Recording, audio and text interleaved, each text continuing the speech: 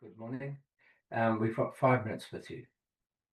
Walaikum salam, tēnā koutou katoa. Bismillahirrahmanirrahim. I'm presenting not as an expert, but just as a member of the public.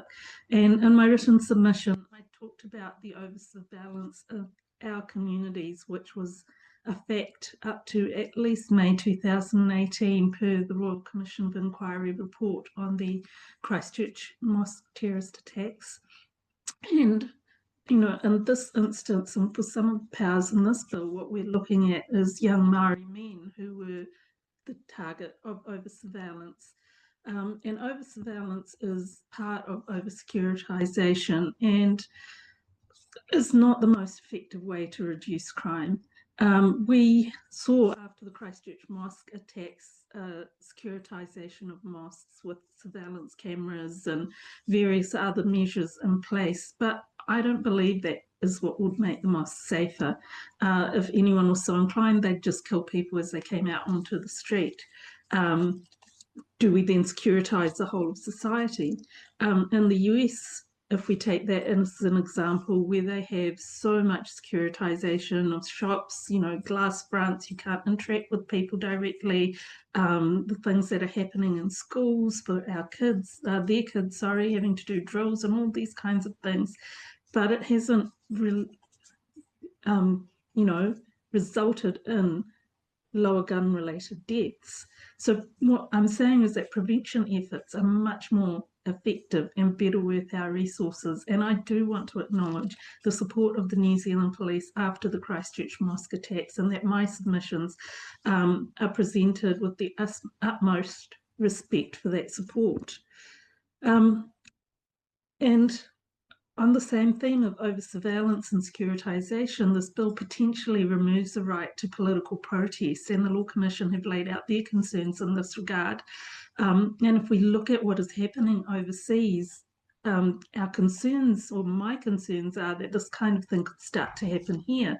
So, for example, in the UK, we're seeing the criminalisation of elderly pacifists through the use of terrorism laws.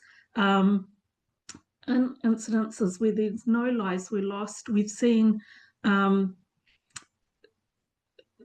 overriding of basic protection. So, for example, some of those people that have been tried around damaging military assets, the jury that has been making decisions are not allowed to know that if they convict them or if they find them guilty, that they will be sentenced under terrorism laws and not just laws related to vandalism of property. I mean, this kind of overreach is incredibly scary, and that's what slippery slopes are about. When we look at what's happening across the ditch in Australia and the banning in one of their states of the term global intifada, and we're not seeing the defenders of free speech coming out protecting against the criminalisation of a term of protest against theft of land, loss of life, access to health, education, and more. Within our context, yes, there's a particular religious group that comes out to harass other religious communities and other communities that protest, who misuse the haka. They always target minority groups and not the majority. And I want to offer my solidarity to the Sikh community, who were the latest target. The answer is not to change the law in a way that could stifle political protest against state terrorism, against the killing of tens of thousands of children, against illegal wars when there was never an imminent threat. And I could be talking about the illegal invasion of Iraq more than 20 years ago, or the illegal bombing of Iranian citizens and schoolgirls this year. Discrimination, and others, previous speakers have talked about automated decision-making, AI, algorithms, machine learning, and as AI is increasingly used in state agencies, there is not enough scrutiny and there is no effective regulation of how that data is going to be used and the ongoing effect. But I had more to say, but I think other speakers had covered that much better than I could. And so the powers in this bill are going to make that worse.